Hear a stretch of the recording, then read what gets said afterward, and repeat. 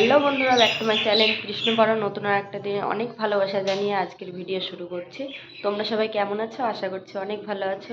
আমি ঘুম থেকে উঠে এত কাজ হয়ে গেল, দেখো দুজনে এখনো ঘুমিয়ে আছে, কিছুতেই ঘুম থেকে উঠছে না। এখন 8টা বাজছে, কতবার ডাকলাম কিছুতেই উঠলো না। আর তারপরে দেখো জানলাটা খুলে দিয়েছি, তো জানলাটা না খুললে যেন ঘরটা খুব অন্ধকার লাগে, জানলাটা খুললে ঘরটা আলো হয়ে যায়।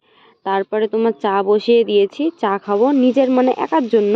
কেউ চা খায় না, তোমাদের দাদাভাই তো খায় না।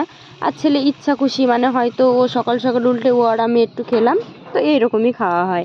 আর বাড়িটা দেখে ভাবছো কেমন লাগছে? এই বাড়িতে চা করতে আমার খুব ভালো লাগে, কারণ একার জন্য তো ছোট একটা বাড়িতে চা করাটাই বেশি বেটার, মানে ভালো লাগে আর কি। বড় মানে আমার চা করা বাটি থাকলেও আমার ইচ্ছা করে না। চা আর মুড়ি দিয়ে এই যে খাচ্ছি।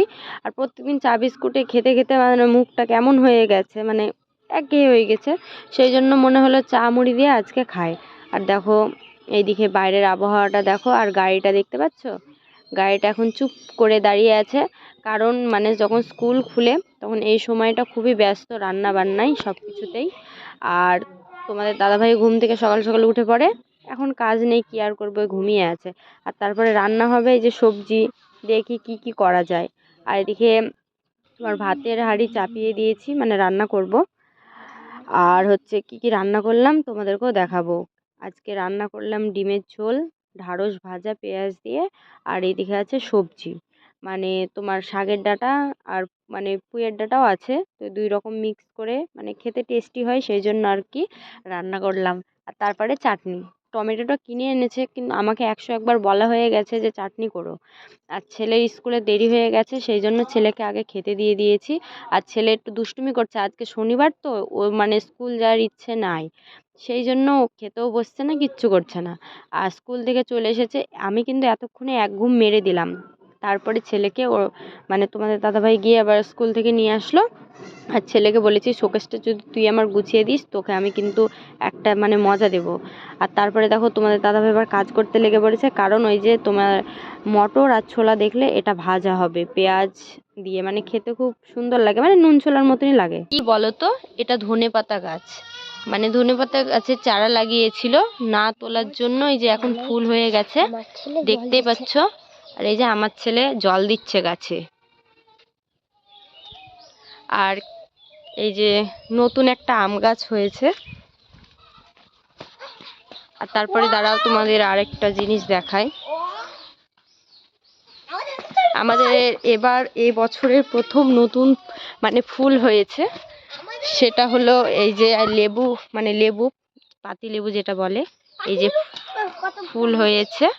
এবার মানে এ বছর খেতে পারবো আর কি।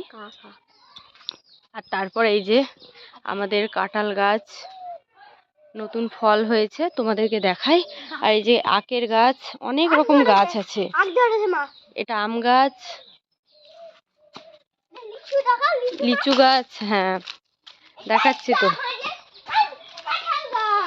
যে কাঁঠাল গাছ এখন একরকম দেখছো, আবার যখন হয়ে যাবে মানে বড় হবে তখন দেখাবো, দেখলে হয়তো তোমরা চমকে উঠবে। এত বড় কাঁঠাল হয়, এক একটা কাঁঠালের ওয়েট প্রায় হচ্ছে 25 থেকে 26-27 কিলো মতন হয়, মানে 27 কিলো মতন হয় আর কি। দেখতেও খুব সুন্দর লাগে।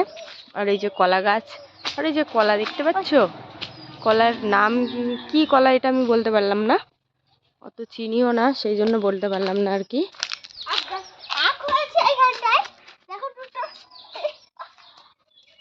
কি হলো, লাগলো?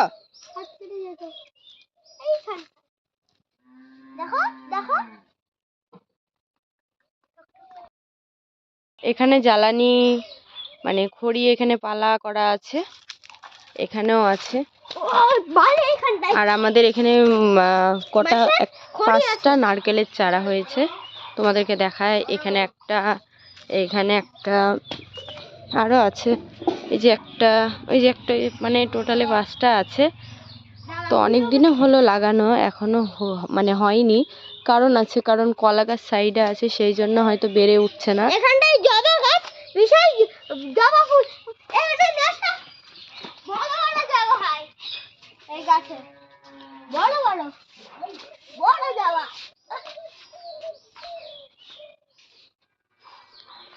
আর আরেকটা জিনিস দেখায়, এখানে আমাদের ট্যাপও আছে, মানে টাইম কল যাকে বলে, টাইমে টাইমে জল আসে।